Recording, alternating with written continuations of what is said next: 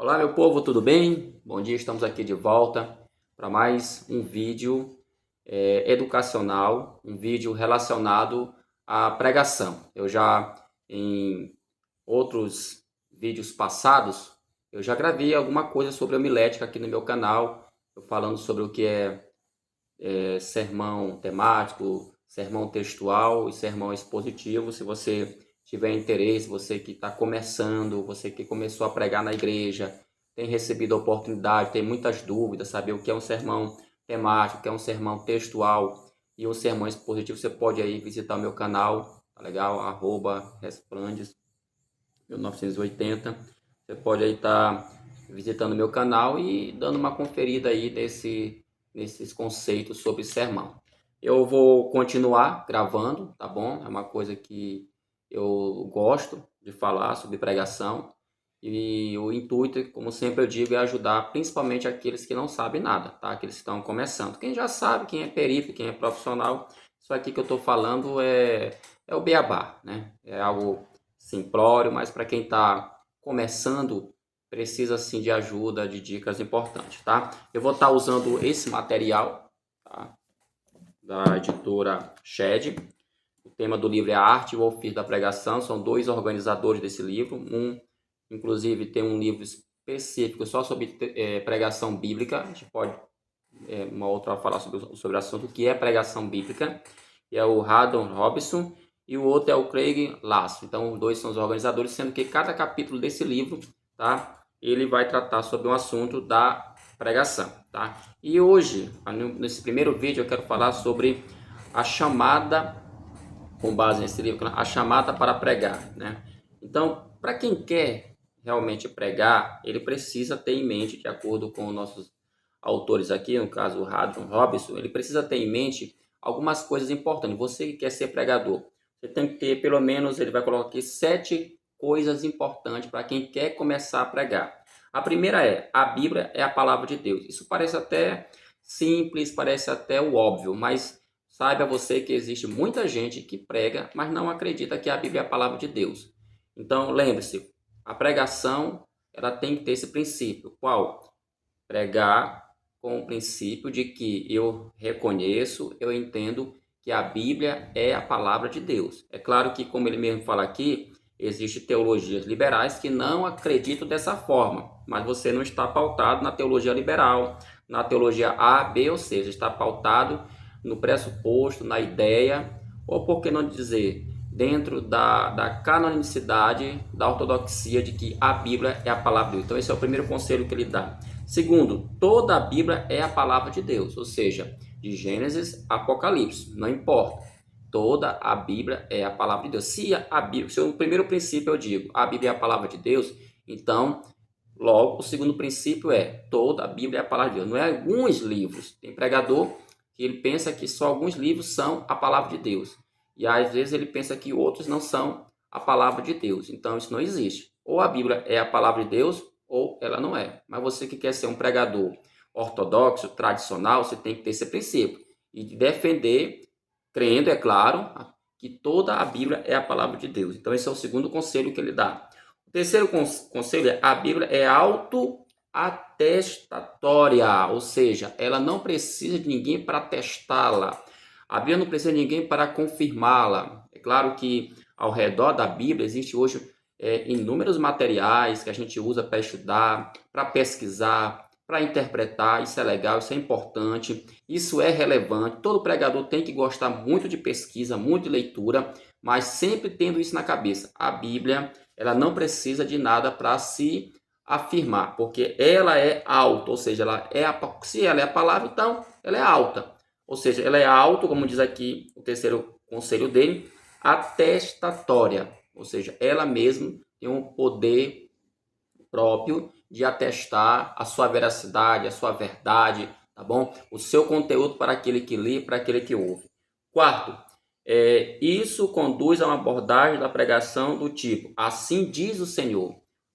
Como ele fala aqui, não estou me referindo ao método homilético aqui, mas a um desejo de abrir as escrituras de modo que a autoridade da mensagem se apoie na Bíblia. Ou seja, o que ele está falando aqui, que a Bíblia, como eu já falei anteriormente, ela não precisa de elementos externos para apoiar a sua autoridade. Porque o próprio texto bíblico, em vários momentos, principalmente na literatura profética, a gente vai ver muito isso, a expressão assim diz o Senhor. Ou seja, o autor está escrevendo, ou às vezes até o próprio profeta, é o próprio escritor que está falando, mas ele coloca isso, assim diz o Senhor. O que isso quer dizer, gente? Que o próprio Deus é quem está falando.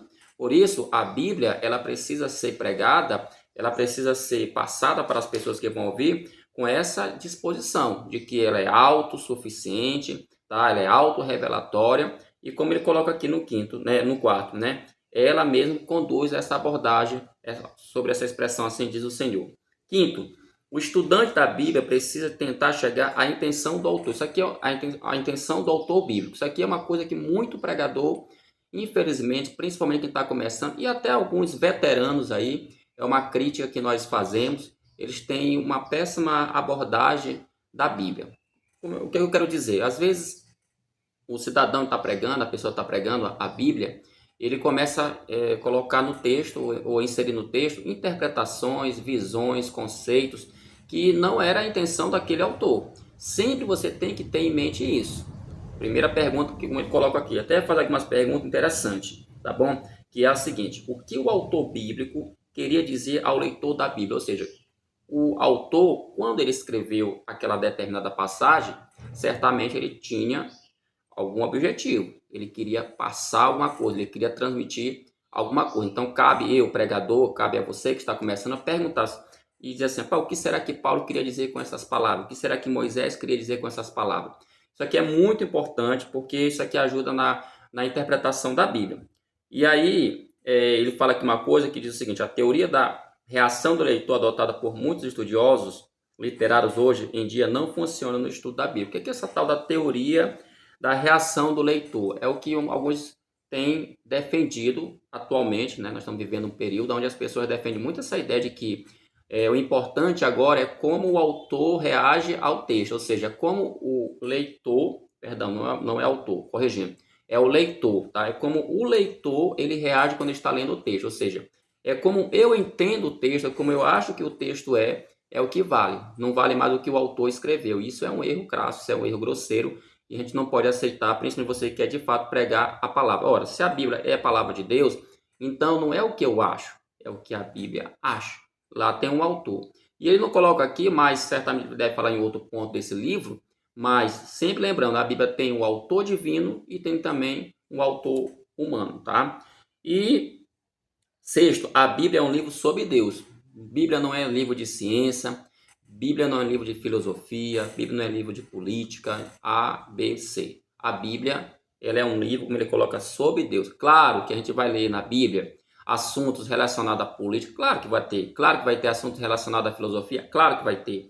A Bíblia é um livro que ela tem a sua parte literária e é óbvio que dentro dessa literatura ela está carregada de inúmeros temas, mas sempre lembrando, todos esses temas têm um objetivo: falar sobre Deus, não é falar sobre A, B ou C, porque isso aqui é um outro erro que muitas pessoas cometem ao pregar. Elas querem pregar, mas a pregação dela é para apoiar uma determinada tese, uma determinada doutrina. Isso é um problema muito sério que a gente observa e acontece muito em nossos dias. Sétimo, nós não tornamos a Bíblia relevante, apenas mostramos sua relevância. Isso aqui é muito importante, né? Não é o pregador, por ele ser uma pessoa formada, com um grau de instrução elevado, que vai tornar a Bíblia relevante, ou seja, importante. Não, ela é importante. O que a gente faz é apenas trazer a mensagem. É como ele coloca aqui, apenas nós mostramos a relevância da Bíblia, tá? Esse é o nosso objetivo, não é torná-la, até porque quem somos nós, pecadores, né? Para dizer que a Bíblia ela é relevante por causa da nossa palavra, né? Ela já é relevante e nós temos apenas a missão aí de trazer essa relevância para as pessoas. Então é isso, gente. Eu espero que você possa aprender, começando aqui com esses pequenos conselhos, a desenvolver a sua carreira de pregador. Fiquem todos com Deus e até a próxima, se assim Deus quiser. Em nome de Jesus. Amém.